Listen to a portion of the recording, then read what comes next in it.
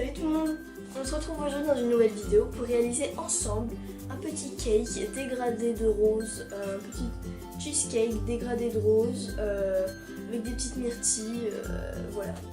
Donc Hey Vegan, c'est un compte québécois de pâtisserie vegan, évidemment, je pense que vous l'avez remarqué dans le titre. Donc je vous mets l'image juste ici de la pâtisserie qu'on va réaliser aujourd'hui.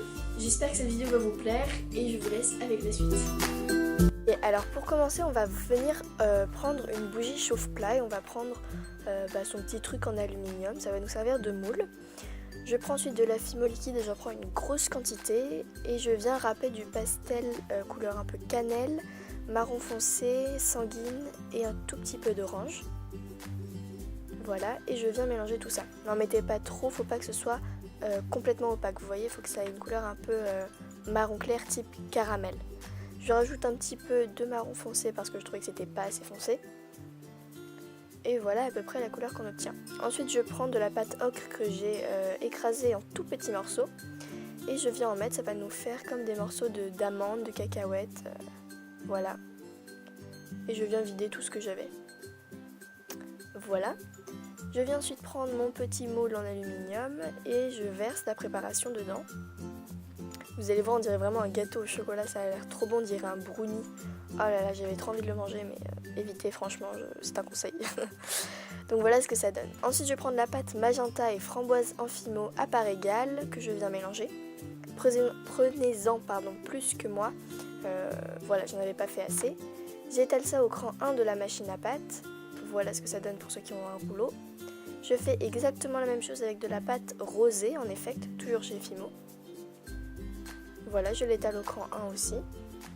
Et ensuite, je vais venir me servir des bords du moule comme dans porte-pièce. Je vous ai pas dit, mais j'ai préalablement fait cuire ma petite préparation un peu couleur caramel. Voilà. Donc je mets une première couche de rosé, puis une deuxième. Voilà, et je tasse bien, c'est hyper important pour pas qu'il y ait de bulles d'air et aussi pour pas qu'il y ait trop de démarcation au démoulage. Je fais exactement la même chose avec une troisième couche de magenta cette fois-ci. Et je mets une quatrième couche de magenta pour finir un peu tout ça et que ça soit un petit peu bombé pour que ça fasse comme si ça est gonflé, vous voyez. Ensuite j'aplatis légèrement la pâte et je viens passer un petit coup de lingette. Ensuite je passe très rapidement sur comment faire des mûres puisque je vous ai montré la technique en détail dans ma vidéo sur la tarte aux fruits rouges, donc je vous la mets en haut à droite dans le petit information. Donc voilà, je coupe un boudin, je forme des petites boulettes. Ensuite je viens former des petites croix sur chaque boulette avec ma lame.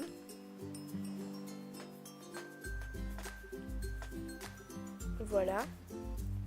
Et ensuite avec un dotting tool, je viens tout simplement faire un trou au milieu des croix. Voilà, alors une fois que c'est cuit, je viens démouler légèrement en passant ma lame et je coupe ensuite le moule que je viens arracher, tout simplement. C'est pas la peine de garder ça et puis on n'aurait pas pu démouler autrement. Et là, c'est la révélation, voilà ce que ça donne. Donc vous voyez, on voit un peu les marques de bougie, mais c'est pas grave. Je prends du papier ponçage en taille P600, donc c'est un grain très très fin, et je viens poncer les bords pour que ce soit plus lisse, qu'il y ait moins d'irrégularité. Et je ponce aussi le bas pour enlever tout ce qui est marque de bougie. Voilà. Ensuite, je coupe une part. Et là, ça a été la plus grosse galère de toute ma vie.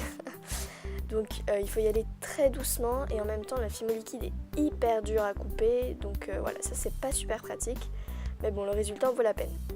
Donc comme ça a cuit, ça va faire un effet vraiment hyper naturel et je viens renforcer cet effet en faisant des petites lignes dans la fimo liquide ainsi que dans les deux couches de pâte. Voilà. Une fois que c'est fait, je viens vernir uniquement le dessus de mon gâteau.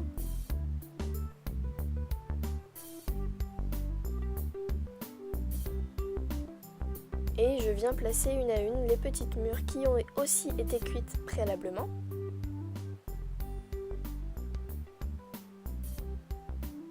Voilà, j'ai décidé d'en placer uniquement sur le pourtour, mais vous êtes libre d'en placer là où vous voulez évidemment. J'en mets une au milieu que je coupe pour plus de réalisme et c'est terminé. J'espère vraiment que cette vidéo vous aura plu et je vous retrouve dimanche prochain pour un nouveau tuto. Salut!